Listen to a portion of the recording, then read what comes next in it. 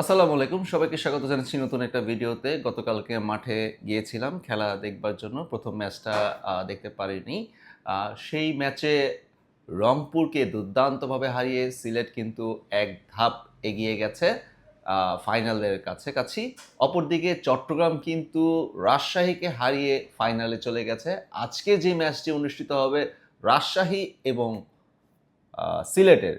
এদের মাঝখানে যেই দলটাই জিতবে তারাই কিন্তু ফাইনালে খেলবে চট্টগ্রামের সাথে। এখন কিন্তু দুর্দান্ত ২ টা টিম খেলা হবে এবং আমার কাছে মনে হয় ফাইনালের চেয়ে আজকের ম্যাচটাই বেশি গুরুত্বপূর্ণ এবং বেশি জাঁকজমকপূর্ণ হবে। কারণটা হচ্ছে স্টার কিছু প্লেয়ার কিন্তু আমরা পেয়েছি।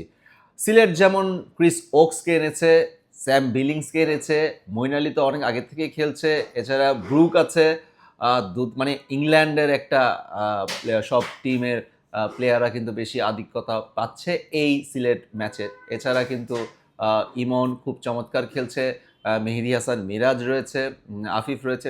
সবকিছু মিলিয়ে চমৎকার একটা দল কিন্তু করেছে। অপরদিকে রাজশাহীতে কিন্তু জিমি নিশাম ছিল। জিমি নিশাম কিন্তু বলছিলেন যে উইলিয়ামসনকে আনার চেষ্টা করছে, ফিঙ্গার ক্রস। এবং উইলিয়ামসন কিন্তু ১০,০০০ কিলোমিটার পথ পাড়ি দিয়ে চলে এসছে বাংলাদেশে। আজকের খবরটা এটাই। উইলিয়ামসন কিন্তু আজকে ৬টার সময় রাজশাহীর হয়ে খেলতে নামবে সেই সিলেটের বিপক্ষে। দেখা যাক এখন সিলেটের ম্যাচটা জিতে নাকি নিউজিল্যান্ড আর ইংল্যান্ডের মধ্যকার যে ক্ল্যাশটা হবে সেটা কিন্তু দেখার জন্য আমরা অপেক্ষা করছি। তবে যেই খবরটা দেওয়ার জন্য আমি আজকে এসেছি সেটা হচ্ছে গিয়ে উইলিয়ামসন চলে এসছে।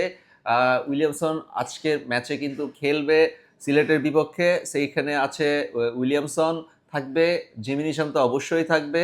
এছাড়া থাকবে বিনুরো ফার্নান্ডেজ, সে কিন্তু দুর্দান্ত বোলিং করছে। এই প্লেয়ারগুলো নিয়ে কিন্তু আজকে খেলায় নামবে। যারাই জিতবে তারাই কিন্তু বাংলাদেশ বিপিএল এর ফাইনালে অনুষ্ঠিত যে ম্যাচ হবে সেখানে চট্টগ্রামের বিপক্ষে খেলতে নামবে। ধন্যবাদ সবাইকে।